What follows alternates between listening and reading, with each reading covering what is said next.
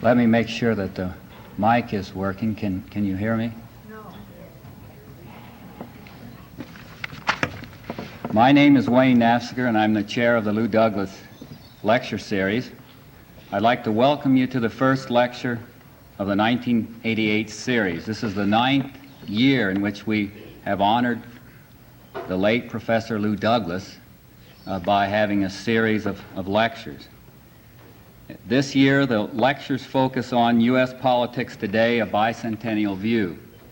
Now, Lou Douglas was on the faculty of Kansas State University in the Department of Political Science from 1949 to 1977.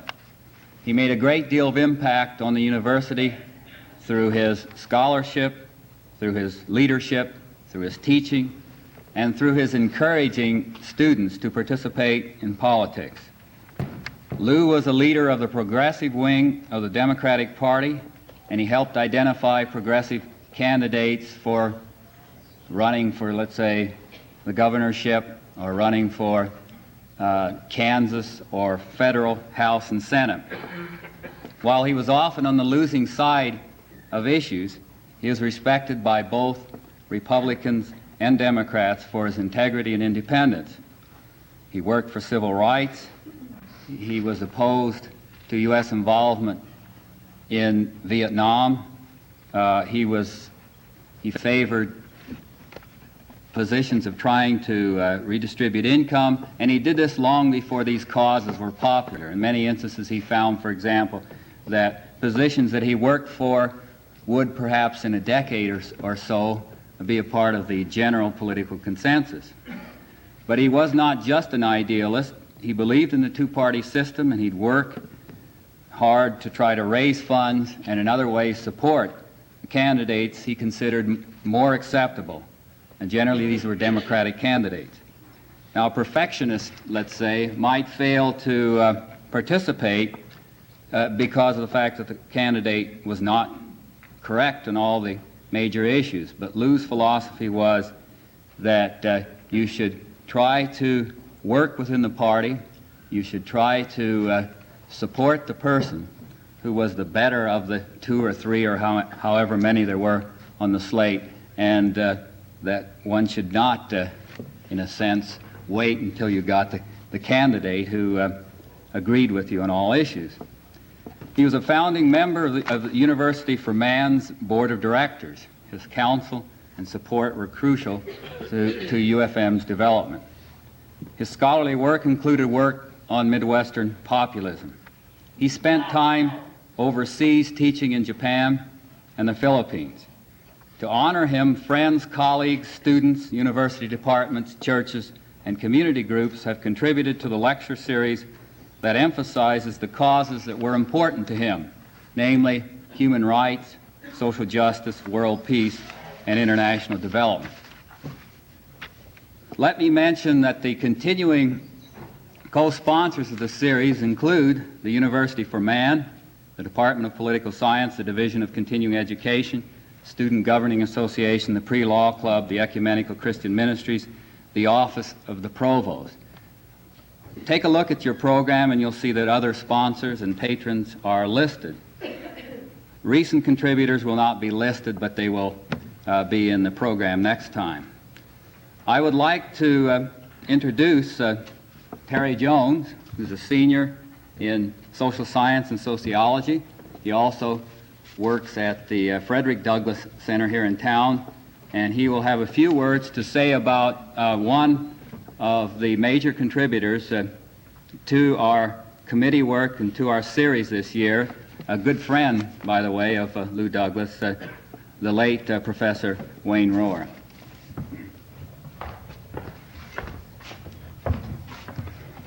Thank you. To the students, faculty, community members, guests, and especially Mrs. Rohr, it is an honor to be able to speak these comments on behalf of the Lou Douglas Committee and myself about Professor Wayne Rohr. The Lou Douglas Lecture Series, the university, and the large community has lost a valued and beloved friend. Wayne Rohr died December 24th. He had been a member of the Lou Douglas Lectures Committee since its inception. He and Lou Douglas was close friends. Wayne Rohr was a professor in sociology for 28 years at Kansas State. Lou Douglas, a longtime political science professor, co-authored a book entitled The Agrarian Transition in America. Much of Professor Rohr's university activities focused on urban and rural development. He also was a consultant for Agency for International Development on the project in the Philippines.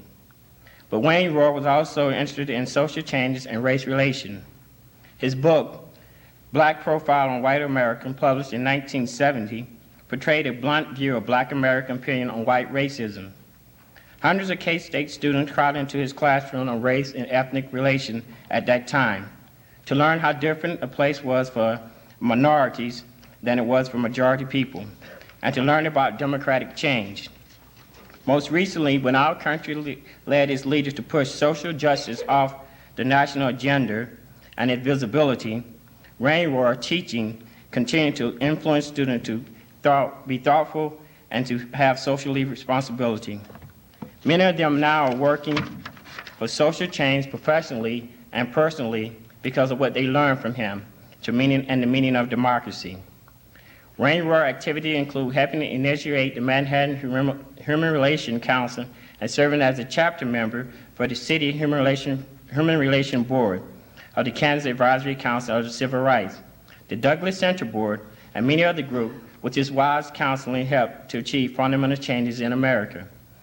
In 1985, his many contributions to the university and the wider community brought him the Presidential Award for the Distinguished Service for Minority Education. I am one of the lucky people to have Professor Rohr as a professor. As a member of his class just last semester, I learned more about the tragic flaw in the country experiencing democracy, that flaw being discrimination. But I also learned that the democratic steps are possible and worth the struggle. Wayne Rohr fought for injustice, but he was a gentle and mild man, and he had no hatred for no one. His presence is deeply missed for those who knew him and those who loved him. Dr. Rohr stated to me from the first day I met him until the last time I talked with him that we need to learn to care about each other again. He did not believe that higher education would make us a better person, but learning to work with each other would. Dr. Rohr gave up golf so that he can lend his wisdom to me and the other leaders of tomorrow. We'll not only have lost a faculty member, but we have lost a caring friend. We will honor his memory appropriately and his act with this response that he made. A viable democracy cannot survive when a major fraction of citizens willfully ignore the masses of social problems. Thank you.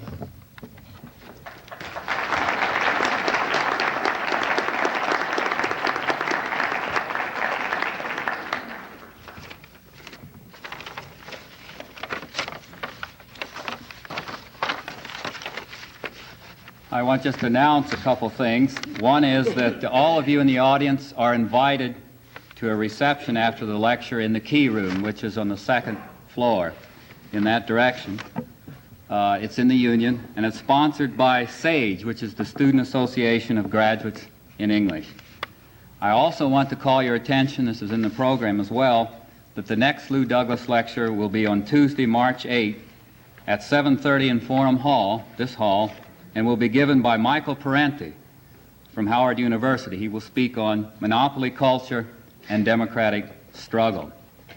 Now I would like to acknowledge Mrs. Mary Douglas, who is the wife of Lou Douglas. Would you please stand?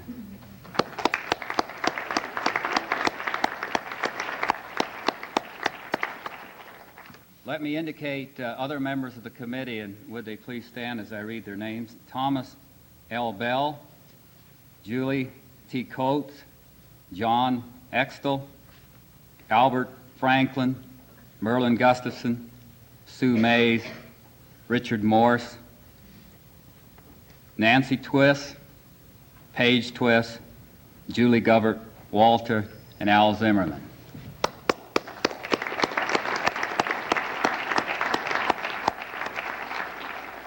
Karen McCullough is the coordinator for the series and does the day-to-day work to make sure that the series turns out successful. Would you stand, please?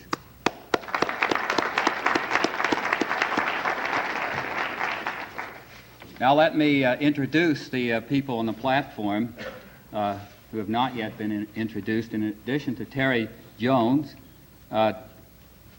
not to my far left, but right next to him is Troy Lubbers, who's student body president at Kansas State University. To my far left is Richard Friesen, who is the UFM director.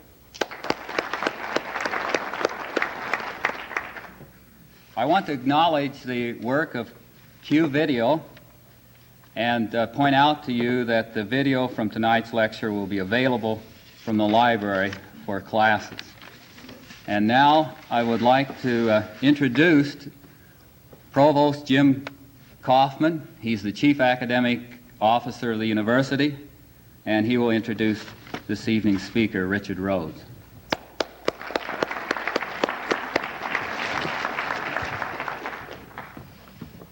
Thank you, Wayne. It's indeed a pleasure to welcome you all here this evening and to introduce our speaker, Richard Rhodes. Originally of Kansas City and having spent the majority of his life there, Richard Rhodes is a 1959 graduate of Yale.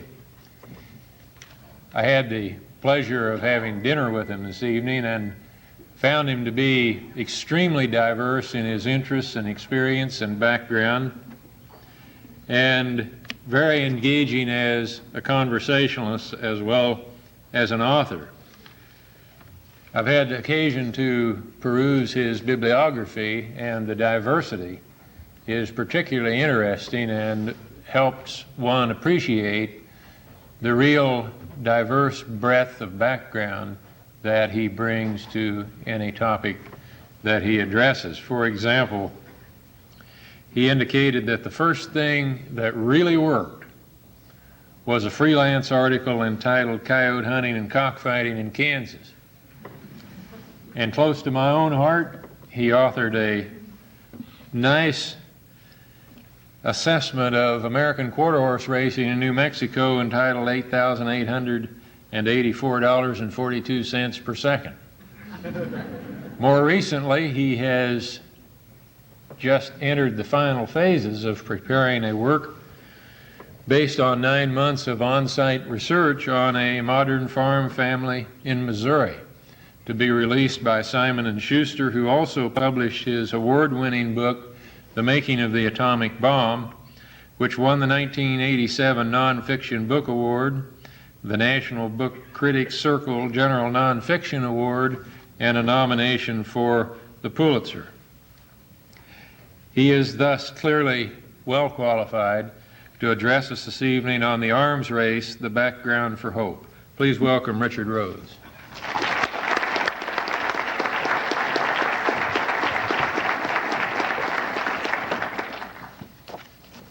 So you've all given up a basketball game tonight to talk about the end of the world.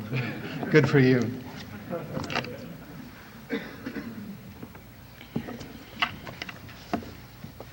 The Danish physicist and statesman Niels Bohr once remarked that the goal of science is not universal truth, a goal that the arrangement of the natural world in any case makes unobtainable.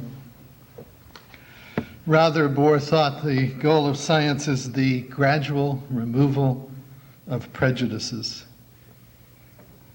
which sounds modest enough, the gradual removal of prejudices. But we should be clear about what Bohr meant by prejudice. He meant what another physicist, I. Rabi, has called the limited vision of the older non-scientific tradition. Bohr meant racism, that is, and every kind of absolutism. But he also meant religion and nationalism and all such belief systems that continue in the common world to be founded on tradition rather than evidence. We may not want every last prejudice removed. There is one, however, from which the yearning for deliverance would seem to be nearly universal, and that is war. I asserted in my book, The Making of the Atomic Bomb, that the arrival of a new kind of knowledge in the world, knowledge of how to release the formidable energy of the atomic nucleus, shepherded by science, has made possible just such a deliverance in the years since the first large-scale explosive release of nuclear energy in 1945. This evening, I would like to examine the machinery of that deliverance and explore what its consequences have been and might yet be. More than 4 decades have passed since the end of the Second World War. Many wars have been fought since 1945, and they have been brutal enough in their toll of lives. But all have remained limited. None has enlarged to world war. Of the tens of thousands of nuclear weapons in the arsenals of the world, not one since 1945 has been exploded in anger. The superpowers, despite their frequently expressed belligerence, and despite provocations that might well have led at an earlier period of history to all-out war, have not once even gone on full military alert against each other. Such historic restraint by nation-states as contentious as the United States and the Soviet Union is remarkable. On the evidence of the arms race that shadows it, it has not resulted from any millennial change in the hearts of men. Rather, it would seem to have been forced upon the nations by a millennial change of circumstance. Knowledge of how to release nuclear energy, knowledge science provided, led to the development by the United States first, then by the Soviet Union, then by a lengthening procession of other nations, of small, ultimately cheap, and overwhelmingly powerful weapons. And that development, in turn, has installed what Winston Churchill named a balance of terror. In 1945, science handed the system of nation states a poisoned apple. We bit, and the sweet poison catalyzed radical change. Henry Kissinger inadvertently emphasized the point in his influential 1957 study, Nuclear Weapons and Foreign Policy. It is true, he wrote there, as the advocates of the plan of world government contend, that the system of sovereign states produces international tensions because a sovereign will can be ultimately controlled only by superior force.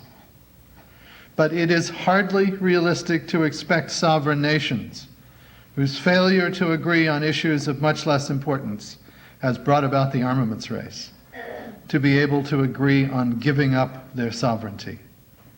History offers few examples of sovereign states surrendering their sovereignty except to outside compulsion.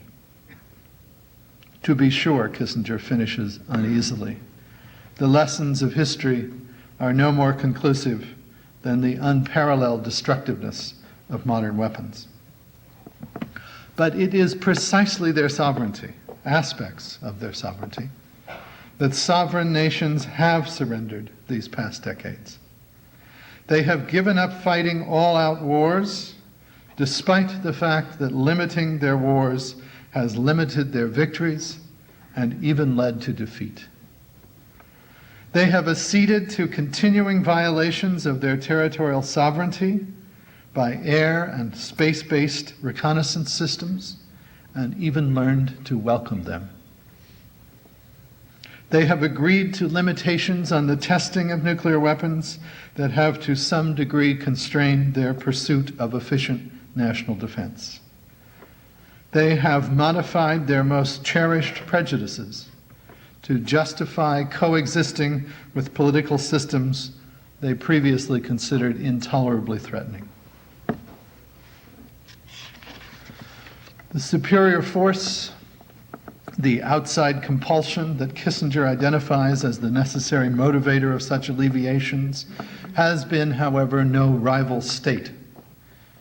Rather, it has been a force literally, nuclear energy as manifested in the knowledge of how to build armaments which exploit that energy. The scientific discoveries of nuclear fission and thermonuclear fusion that seemed to arm the two great revolutionary nations of the modern world with invulnerable authority have also, paradoxically, drained a measure of their sovereignty away. The limitations on war that the superpowers have accepted offer a particularly compelling example of this process. Kissinger examines the Korean War in just this light. We refused to retaliate, he writes, against the Manchurian air bases from which enemy planes were attacking our forces. And the Chinese made no effort to interfere with our aircraft carriers or with our bases in Japan, or even to launch an attack against our only two big supply ports, Busan and Incheon. These limitations were not brought about by logic, Kissinger writes, but by a mutual reluctance to expand the conflict. It is clear that war cannot be limited unless both sides wish to keep it limited. The argument in favor of the possibility of limited war is that both sides have a common and overwhelming interest in preventing it from spreading. This is still Kissinger. The fear that an all-out thermonuclear war might lead to the disintegration of the social structure offers an opportunity to set limits on both war and diplomacy, Kissinger concludes. Limited war is thus not an alternative to massive retaliation, but its complement. It is the capability for massive retaliation which provides the sanction against expanding the war. To a greater or lesser extent, that sanction has operated in all the conflicts and confrontations of the past 4 decades. During the 1948 blockade in Berlin, in Korea, during the various crises in Indochina and the Taiwan Straits, at Suez in 1956, implicitly at the Bay of Pigs, during the Cuban Missile Crisis, in relation to Vietnam, during the Middle East War of 1973, implicitly again in the Falklands, Grenada, and Afghanistan. And the documented evidence that the United States or the Soviet Union used more or less explicit threats of nuclear escalation to keep many of these conflicts contained only emphasizes the point. With the arrival of the Soviet Union at nuclear parity sometime in the mid-1970s, there would even appear to be a diminution of the scope of conflict, the superpowers increasingly confining their military efforts to guerrilla-scale ventures. Would it be too wildly optimistic to see in this inverse relationship between power and belligerence the leveling off of a learning curve? Less than 2 decades ago, the flights of our U-2 spy planes over sovereign Soviet territory led to the breakdown of an important summit meeting and contributed to the deposing of Nikita Khrushchev as Soviet premier. Indeed, the Soviet leadership seriously considered branding the U-2 overflights acts of war and responding in kind. Today, understanding the crucial role of information in a nuclear world where ignorance means Holocaust, the Soviet Union and the United States have opened their skies to increasingly sophisticated reconnaissance. We monitor Soviet radio communications down to the level of the radio telephones in the Politburo's limousines and the walkie-talkies of Red Army patrols. We can almost but not quite read license plate numbers from space. No doubt the Soviets do as well. Both nations tolerate such scrutiny to keep the peace. With the treaty concluded last December, eliminating intermediate nuclear forces. The superpowers have accepted ground-level inspection by foreign nationals as well, a further significant moderation of traditional notions of sovereignty. The evident destructiveness of nuclear weapons has also forced a crucial change in strategic doctrine.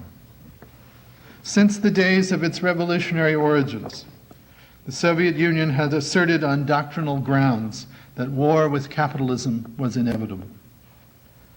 With the advent in the early 1950s of thermonuclear weapons, the Soviets came officially to disavow that conviction on which their war plans had been based, and have replaced it with a doctrine that emphasizes the indiscriminate destructiveness of nuclear war and the restraining effect of what the West calls deterrence. Soviet strategic thinking lays particular stress on the damage nuclear war would do to the Soviet political order. The United States' doctrinal positions have been more volatile, but even the renewed intransigence of the Reagan years hardly disguises a pervasive public commitment to détente.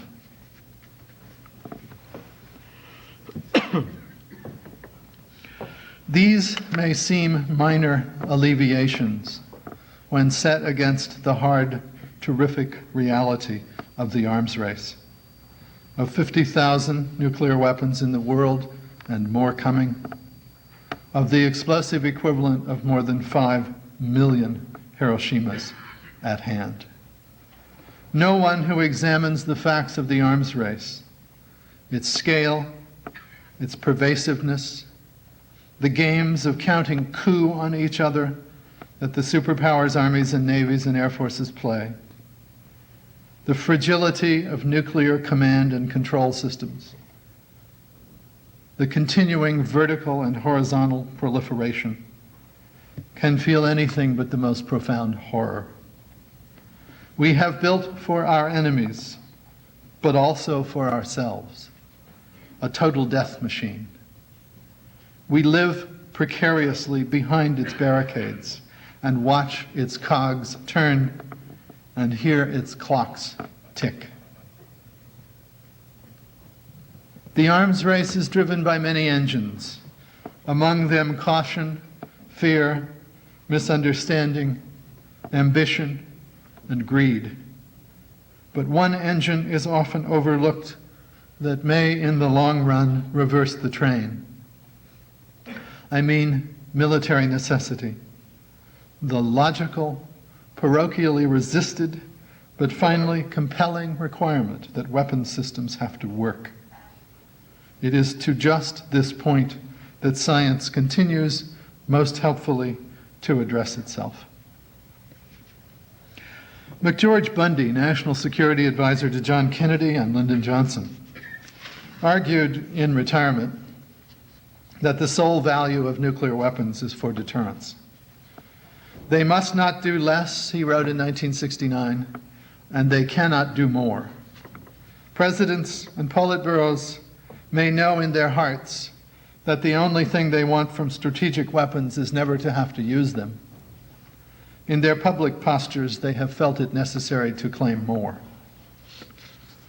They may not themselves be persuaded by the refined calculations of nuclear gamesmen, Bundy continues, but they do not find it prudent to expose them for the political irrelevance they are. The public in both countries has been allowed by its leaders to believe that somewhere in ever-growing strength there is safety, and that it still means something to be ahead. The politics of internal decision-making, Bundy concludes, has not been squared with the reality of international stalemate. What that reality might be, Bundy goes on to explain, that in the real world, he writes, of real political leaders, a decision that would bring even one hydrogen bomb on one city of one's own country would be recognized in advance as a catastrophic blunder. And so in McGeorge Bundy's experience of government at least, one hydrogen bomb guaranteed deliverable is sufficient deterrence. To take Bundy at his word, even provisionally, is to realize the enormous gulf of numbers that divides the real world of politics from the world of those who order up and operate the superpowers' nuclear arsenals. And to demonstrate as well how enormously the American and Soviet peoples have been systematically, repeatedly, and deliberately deceived as to the extent of the threat and the efficacy of the remedy. Efforts have been made over the years to quantify how much nuclear armament is enough.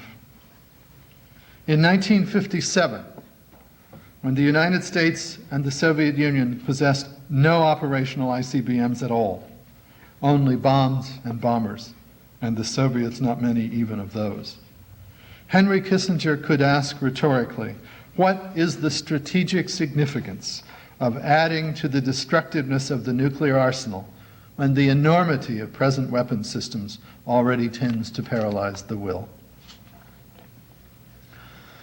In the mid-1960s, writes the political scientist Miroslav Ninčík, Secretary of Defense Robert McNamara argued that sufficient devastation for deterrent purposes would include roughly 1/4 of the USSR population and half of its industrial capacity, or, in other words, about twice the losses absorbed by the Soviet Union during World War II. The level of destructive power considered necessary to achieve this, Ninčík goes on, was computed to be in the vicinity of 400 equivalent megatons. Since U.S. strategic forces were based on the concept of a triad, including land-based missiles, submarine-launched missiles, and bombers, it was calculated that each should have the ability to deliver this amount, even if the other two legs of the triad were destroyed. By the late 1960s, it was estimated that this capacity had been achieved, and the security-related rationale for further growth should have been hard to justify. The extent to which this growth did occur, therefore, may serve as a partial test of the actual influence of prevailing security concerns on the development and procurement of weapons. It seems, Ninčík concludes, on the basis of observed arms race behavior, that the influence of these concerns is modest. Ninčík evidences economic pump priming and arms industry empire building as two drivers of the arms buildup on the U.S. side. Arkady Shevchenko, the Soviet defector, reports in his book Breaking with Moscow that when he asked his superiors about disarmament, quote, many high-level officials smiled at some of my questions. Several of the more forthright said frankly that in the event of true nuclear disarmament, we, meaning the USSR, would cease to be a superpower and lose our capacity to exert an effective influence in world affairs. Despite these demonstrations of hubris and reckless disregard, the reality of nuclear weapons, against which the Soviet and American leaderships continually butt their heads, is their utter and literal uselessness. They cannot be used.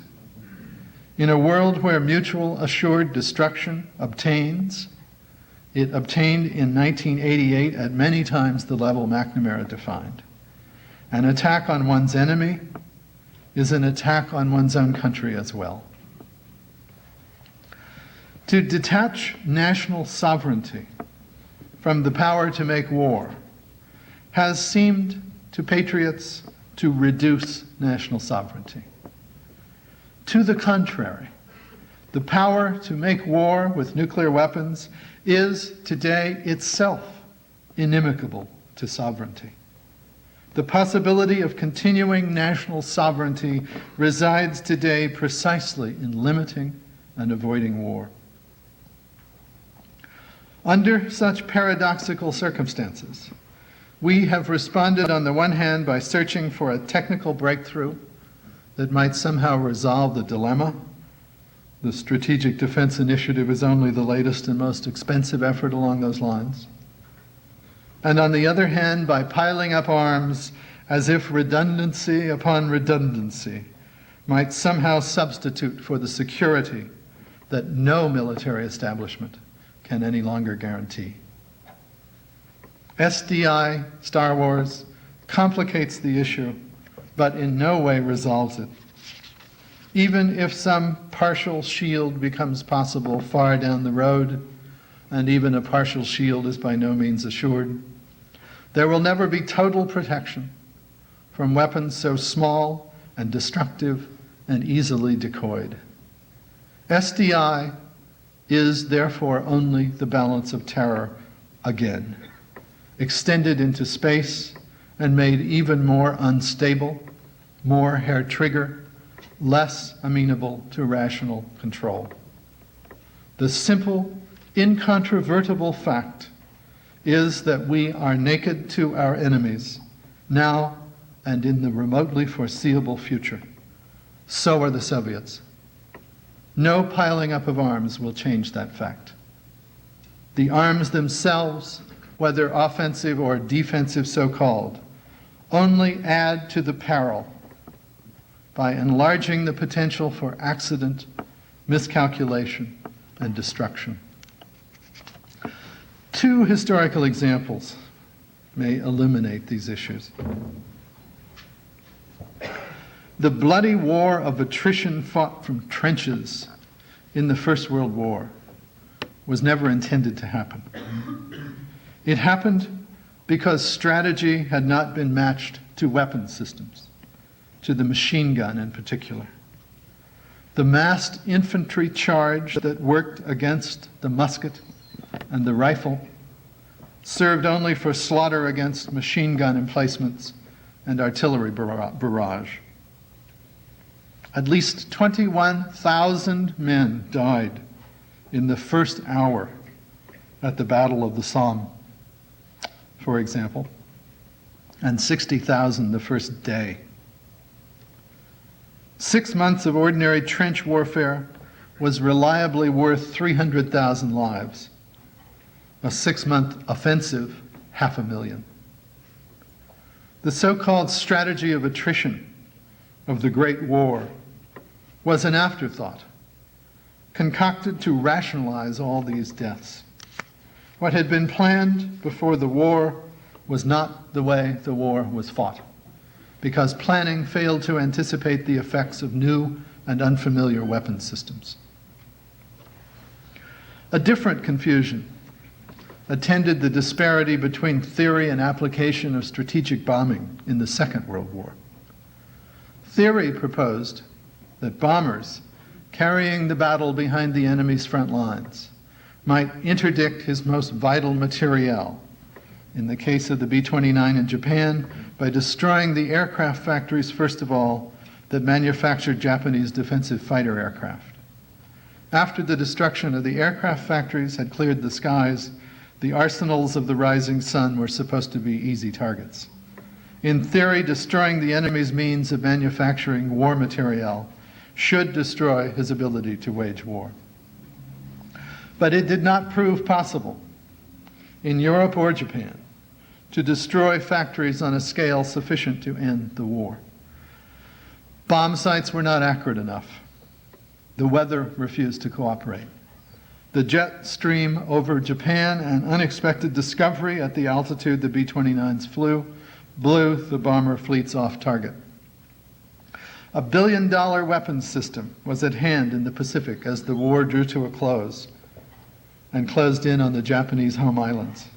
The world's first intercontinental strategic bombing system, installed on Guam and Saipan and Tinian at the cost of thousands of American lives, and it was proving to be useless for the purpose for which it had been designed.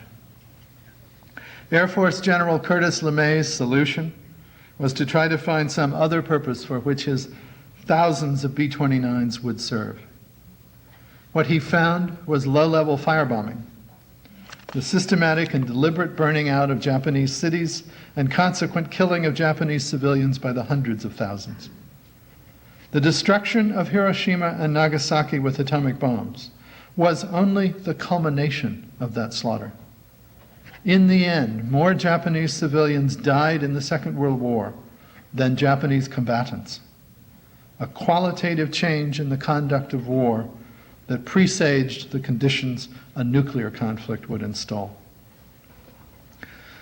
In the First World War, a new weapons system that worked all too well forced a change in strategy. In the Second World War, a new weapons system that worked poorly forced a change in strategy. In both cases, mastering the technical challenge required widening the scope of the war. War had been fought for territorial objectives. In a stalemated trench war, the piling up of enemy corpses substituted for the territory neither side could push past the machine guns to secure.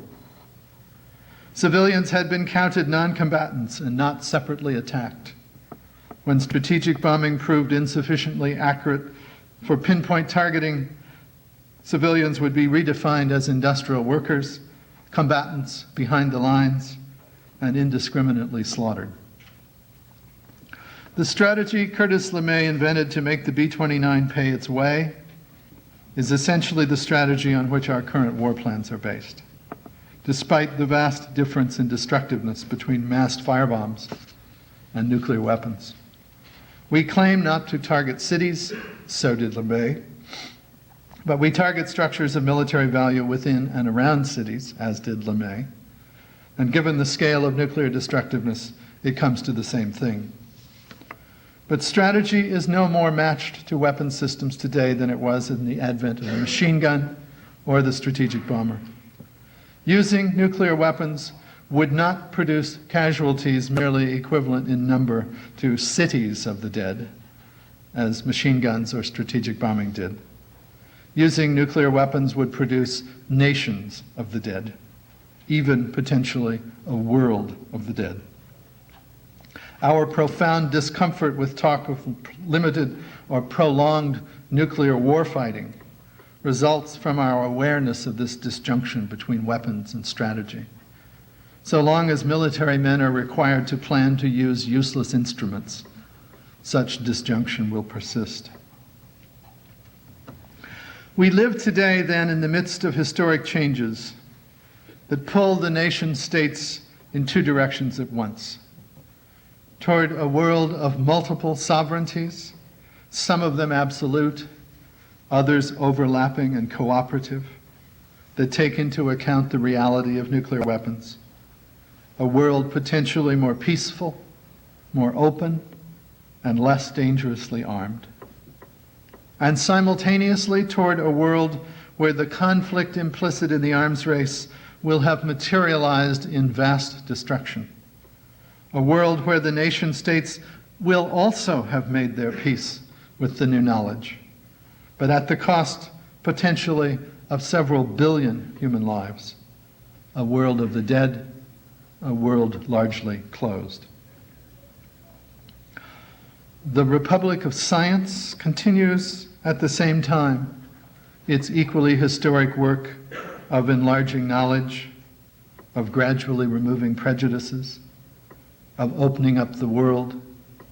And in that practical work may lie the potential resolution of this apocalyptic dialogue.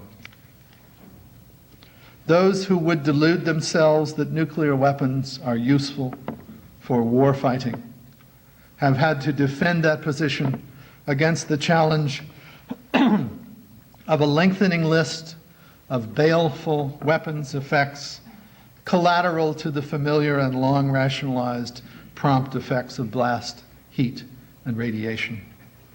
Nuclear destruction of the ozone layer, we have realized most recently, would not only increase skin cancer, hardly a major deterrent to use, but would probably also suppress the immune systems of survivors, an AIDS-like effect, just when they would be confronted with the full spectrum of epidemic diseases which it has been the work of 200 years of medicine and public health to bring under control. Nuclear winter, the vast firestorms of a major nuclear exchange, transporting soot and smog into the upper atmosphere, blocking sunlight and chilling the surface of the earth, has alarmed military establishments on both sides of the Iron Curtain sufficiently to lead currently to extensive re-examinations of strategy. Knowledge of the unexpected and synergistic collateral effects of nuclear weapons is a specific argument science continues to offer against relying upon such weapons for security. More hopeful in the long run, I think, assuming there will be a long run, is the continuing and accelerating pace of scientific discovery and its reduction to technology. Science itself is an ongoing demonstration of the value of openness and peaceful cooperation. It has laid the basis for multiple systems of communication worldwide that increasingly break down political boundaries. One thinks of radio and television first of all, but other systems of communication are at work as well. Radiation counters in Sweden, for example, alerted Europe to the disaster at Chernobyl. Even had the Soviets wished to do so, they could not have kept that nuclear accident secret. It was possible to end the atmospheric testing of nuclear weapons because trace samples of radioactive fission products can be monitored thousands of miles from their source.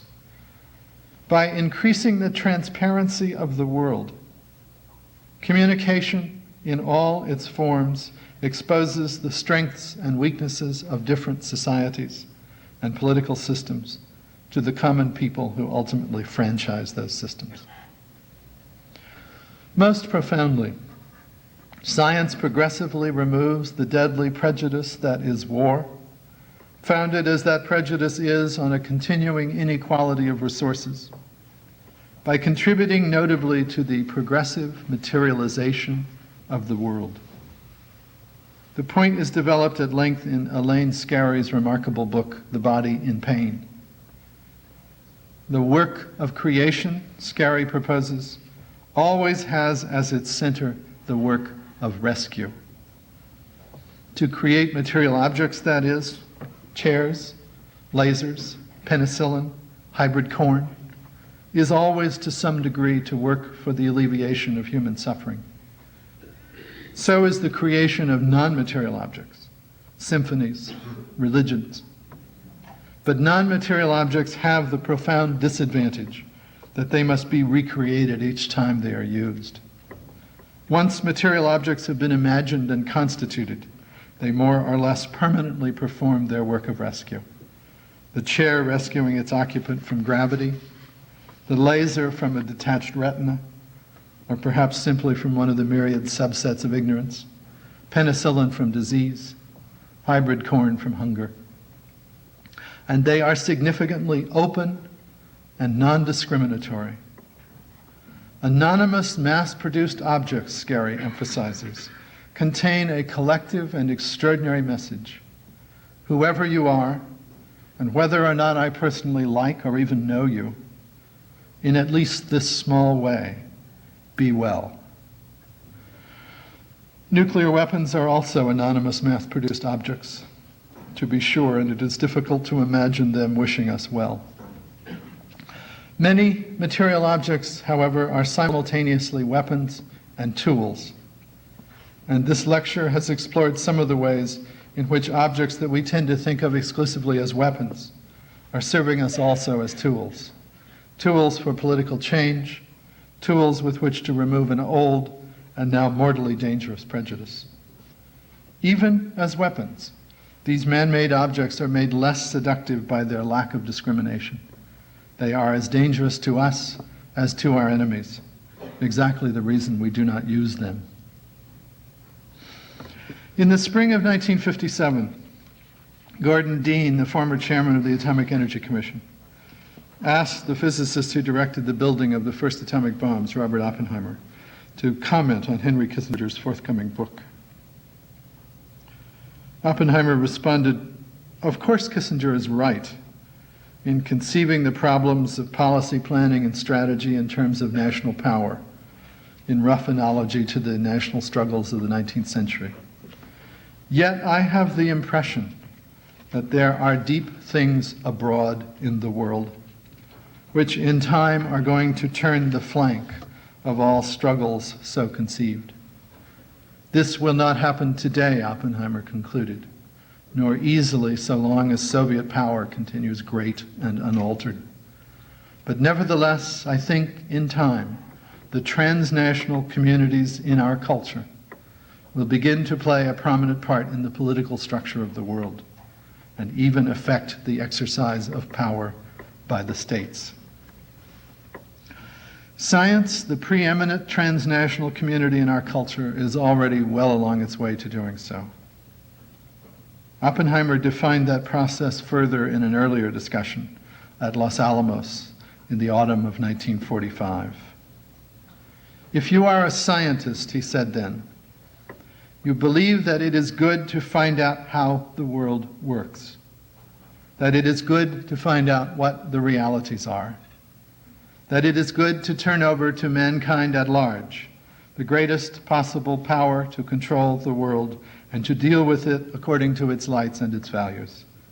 It is not possible, said Oppenheimer, to be a scientist unless you believe that the knowledge of the world and the power which this gives is a thing which is of intrinsic value to humanity, and that you are using it to help in the spread of knowledge and are willing to take the consequences. Long before Oppenheimer lived, long before nuclear weapons, in the century when science and the nation-state alike took form, Thomas Jefferson professed a similar conviction. I know of no safe depository of the ultimate powers of the society but the people themselves, Jefferson wrote.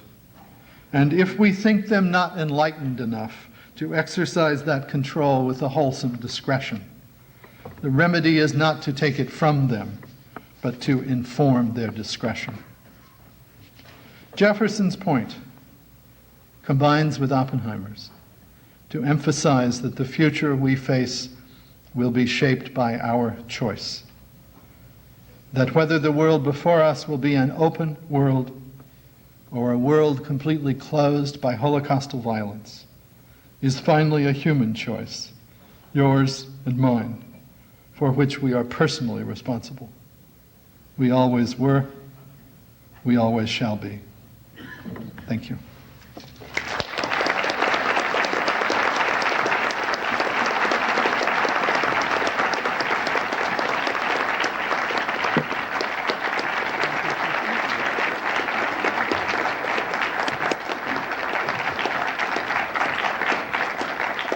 Thank you very much, Mr. Rhodes. Mr. Rhodes has indicated he'd be willing to answer questions, and let me just ask you, Richard, if you would please repeat the question after a member of the audience asks the question. So you can also identify and point out the people that you want to ask the question. Okay. Good. Any questions? Yes. I'm really confused as to what you're proposing here. Are you saying that basically the remedy for everything lies with science, or that science is eventually going to provide us with the remedy, and that we really have to make a choice? But then I'd like to know, how do we go about making that choice? And how do we go about continuing, even if you're talking about science, continuing with the kind of research that is devoid of ideology? I'm not sure what you mean by choice. Well, you said at the end that what happens to us, as Oppenheimer said, Yes. what happens to us will depend on the choices that we make. Yes. And how do we make that choice? Well, the question is, do I mean science is going to save us? And if that is involved with choices we must make, what are those choices? How do we make them? We made a typical choice, it seems to me, when, with the new scientific knowledge that it was possible to release energy from the nucleus of the atom, we decided to embark on a secret arms race to build nuclear weapons.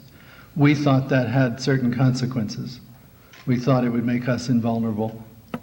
It had just the opposite consequences. I think at each step of the way, as new scientific discoveries come to us, they always come to us as weapons as well as tools, whether that be the new biology or the new technologies applied to Star Wars.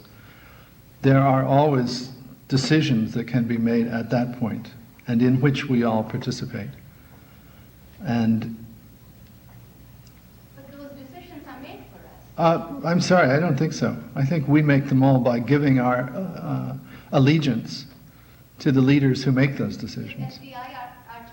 Oh, I think so. The choice of every person who is receiving a salary from working on those devices. The choice of all of us who elected a leader who had such a vision, if you want to call it a vision. And we're now participating in the process of electing other leaders. Yes, I think it's our choice, very definitely. Even in countries where the government is essentially totalitarian, although the price of choice obviously is much higher, the polity, the commons ultimately decides who will run their countries. So I think there are very clear choices involved. But I read that description of Oppenheimer's partly because one of the questions that is often asked of the atomic scientists is, how could you have worked on such a weapon? And I think Oppenheimer's answer is a very intelligent answer. Because the world needed to know. The arms race was not an inevitable consequence of the discovery of nuclear fission. It was a political decision that was made first by us and by the British, and then subsequently by the Soviets and by the French and so forth from there on down. Those were political decisions, but what I wanted to emphasize in the lecture is the interesting irony that those decisions led to consequences that are quite opposite, I think, from what everybody thought they would be, except Niels Bohr, who wasn't listened to at the time and has hardly been thought of since. And now we face a very different set of decisions as a result.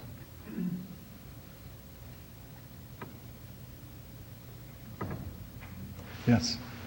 Given that irony that nuclear arms are creating a sense of peace in a way, what do you see as the best course for reducing an irrelevant weapon that is also perhaps a tool for peace?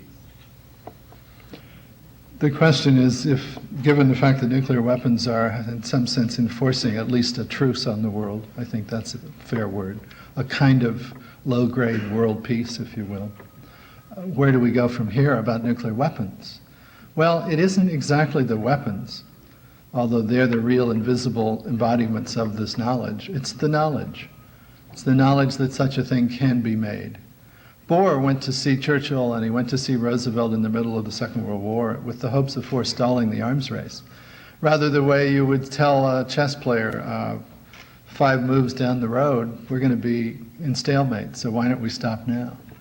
But war was going on and the leaders didn't see it that way, so they didn't make that decision, and the arms race that Bohr saw and many others saw ensued. It's interesting and perhaps irrevocable that the two nations have now decided to start dismantling weapon systems.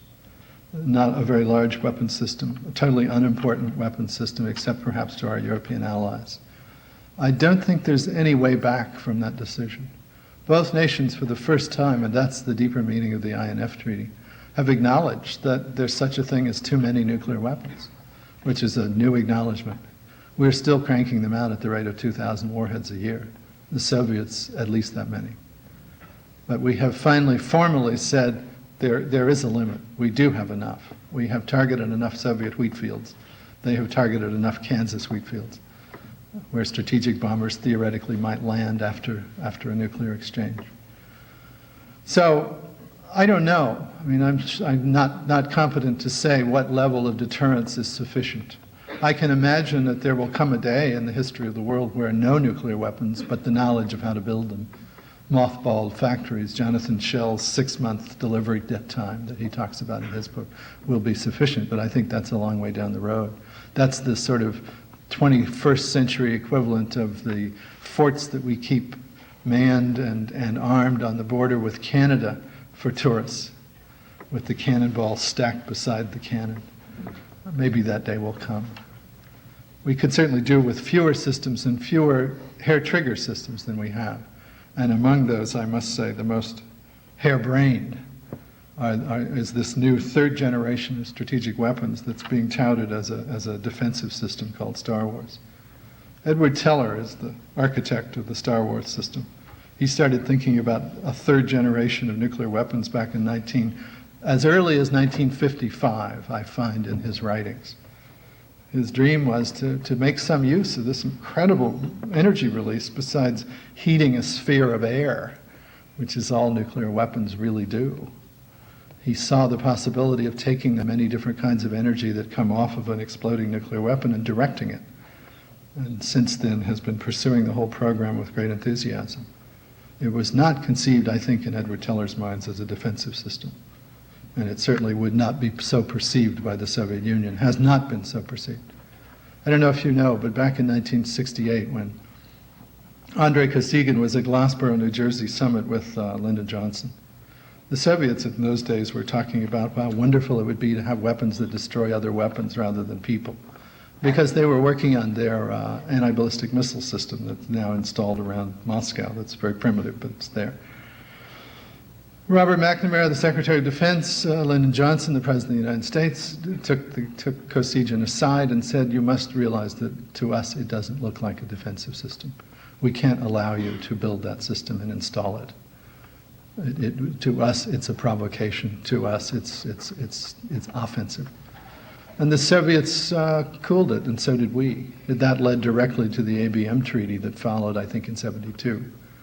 So then we come around again. It happens about every 10 or 15 years with the dream that rather than having to deal with the political realities, we might find some technical fix that would save us all that moral pain. I'm afraid not. Yes?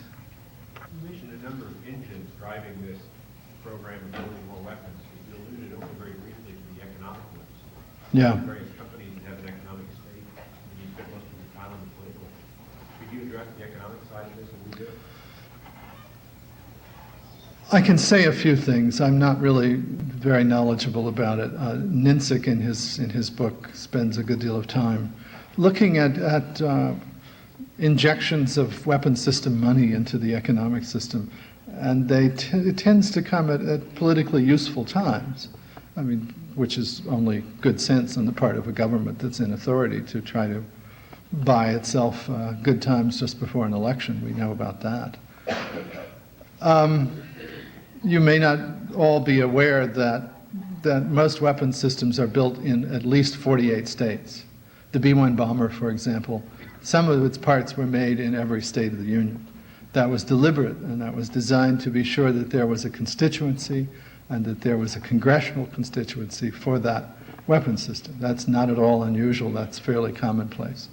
So even on that anecdotal level, it's clear that one of the functions of the war machine is to buy jobs and to buy votes. I don't find that shocking. It's just part of the whole political system. But it does help explain something that I found rather mysterious when I started all this research, which is why we keep building these things.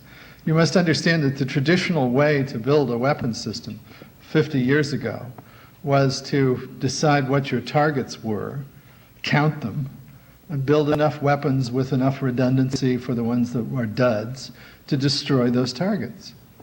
We ran out of targets years ago. In fact, one of the most recent ideas that I think is now part of our system of strategic weapons was what was called by its inventor, a man named Colin Gray, the decapitation system. Our nuclear warheads are now accurate enough, theoretically at least. I think the circular error probable is something like 300 feet for a warhead delivered 5,000 miles downrange.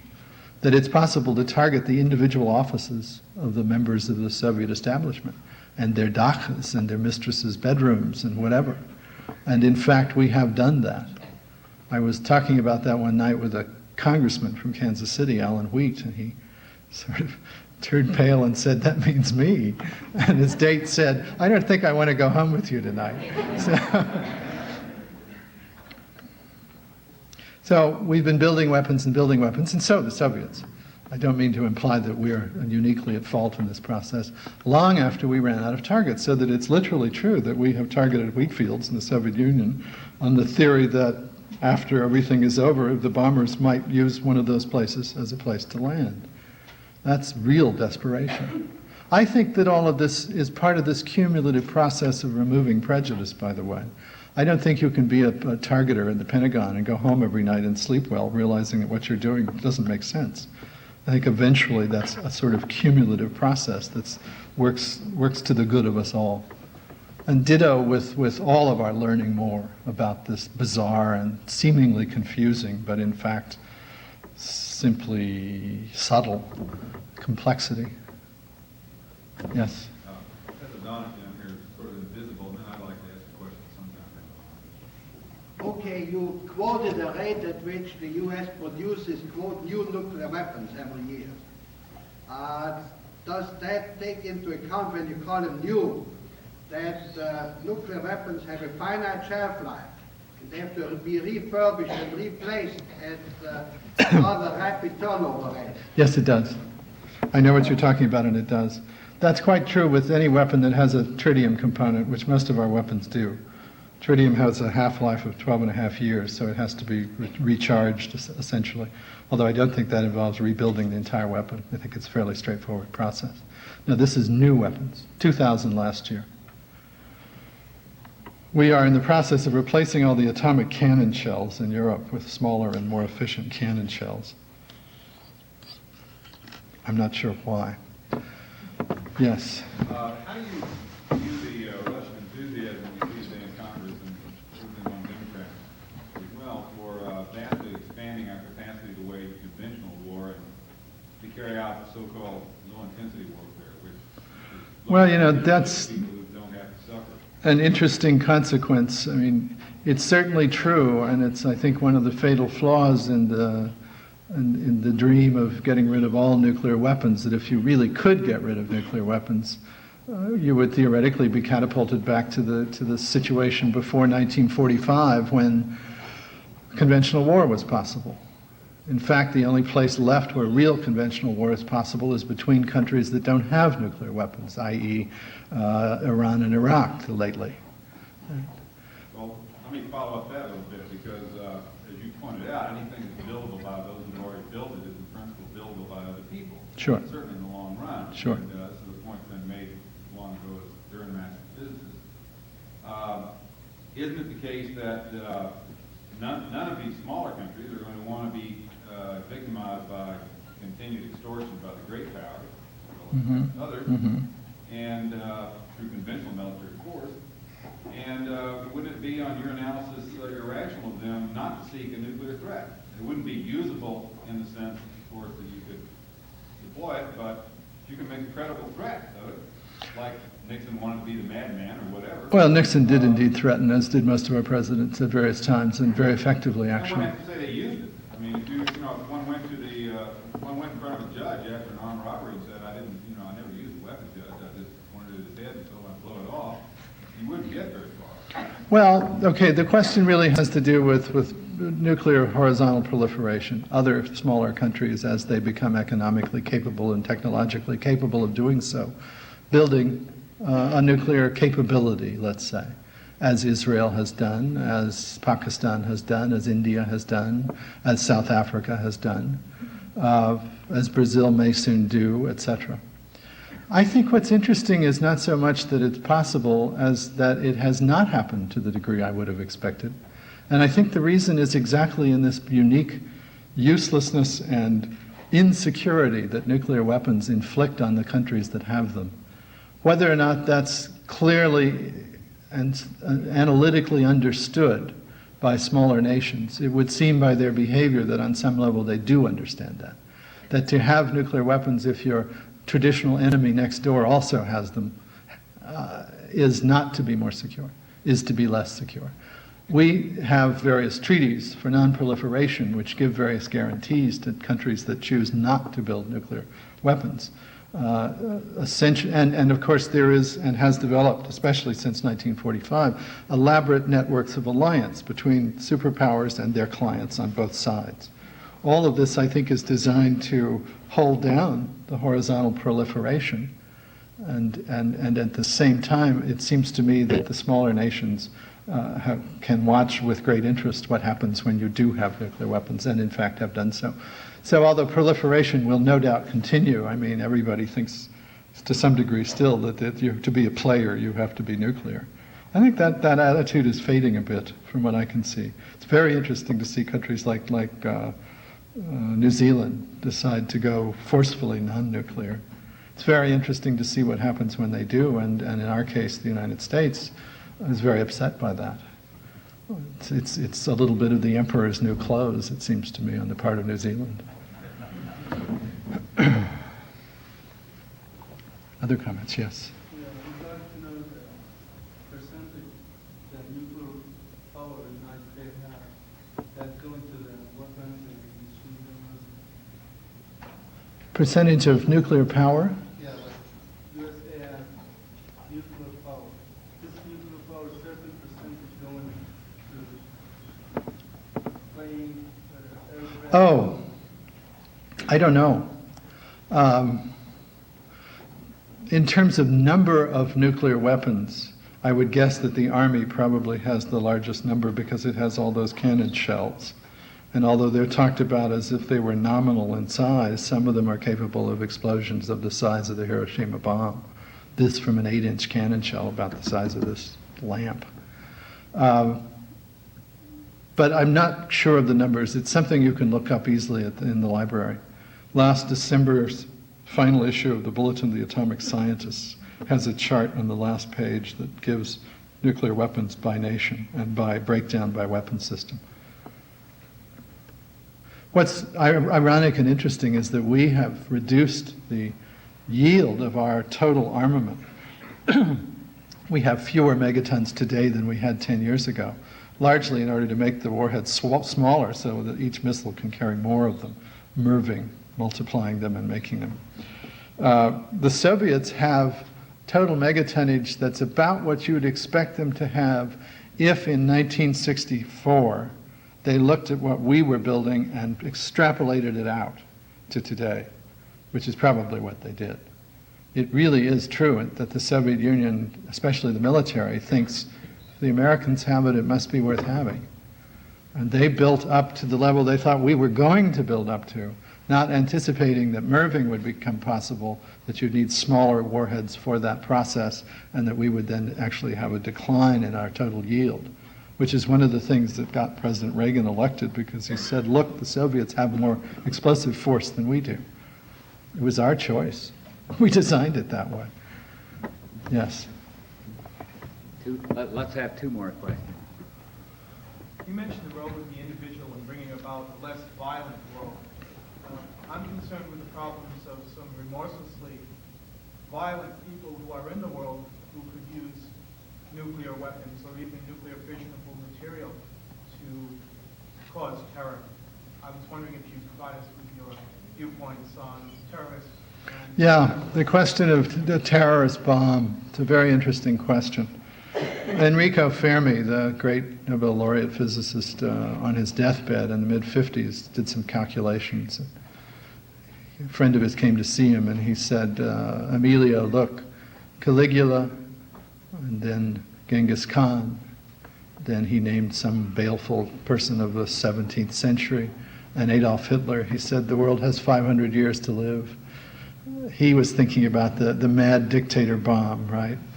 I asked Luis Alvarez, who's a Nobel laureate physicist at Berkeley who worked on the bomb and designed the detonation system for the Fat Man bomb that was dropped on Nagasaki, about this question, because who knows? Luis said, well, if you have enough U-235, enough uranium, a high school kid could build a bomb. He said, essentially, all you have to do is drop two pieces, one on top of the other.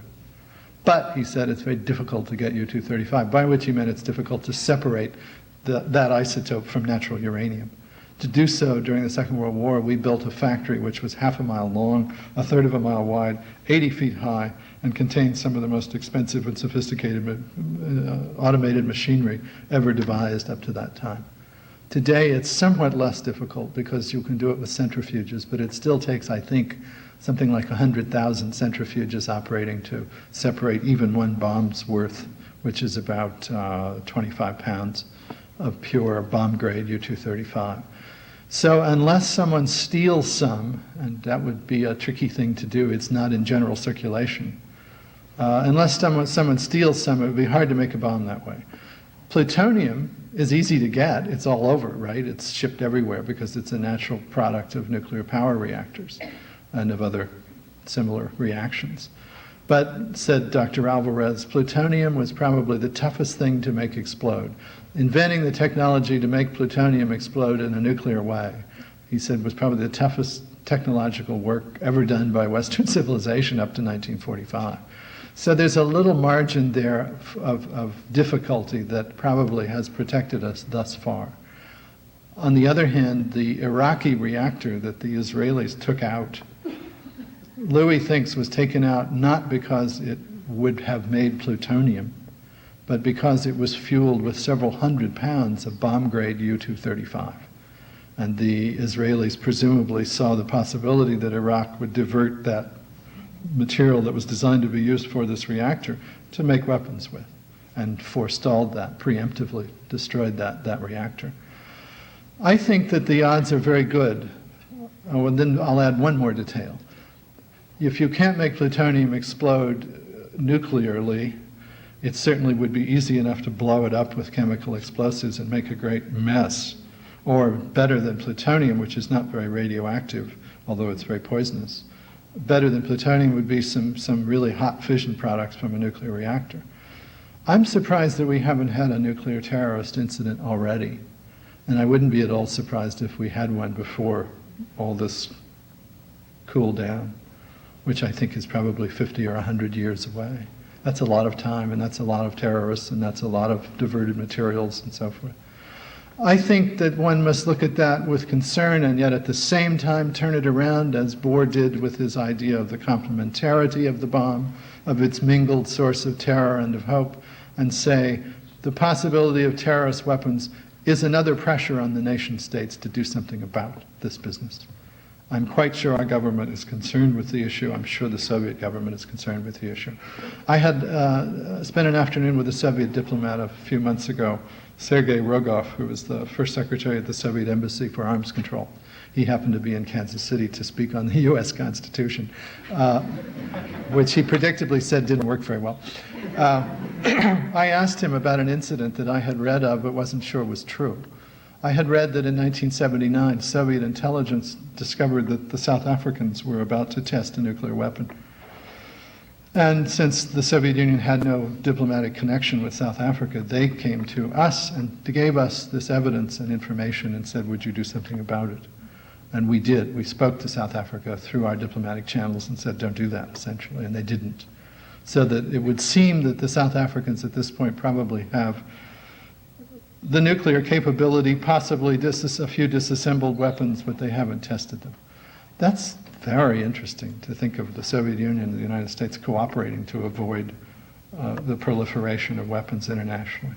Very interesting and very promising. Still, I think at some point we can figure the World Trade Center might well be held hostage to a can of fission products and a stick of a piece of plastique. Yeah. One last question. If there is one last question. Thank you very much.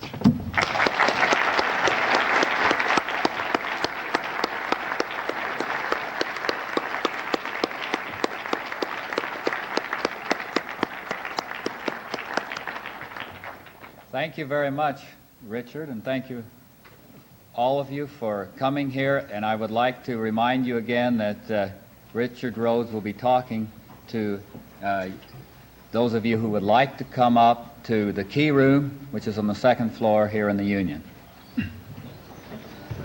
It's a fascinating subject. It's really very consuming subject to think about. Still read about it all the time. The book is long.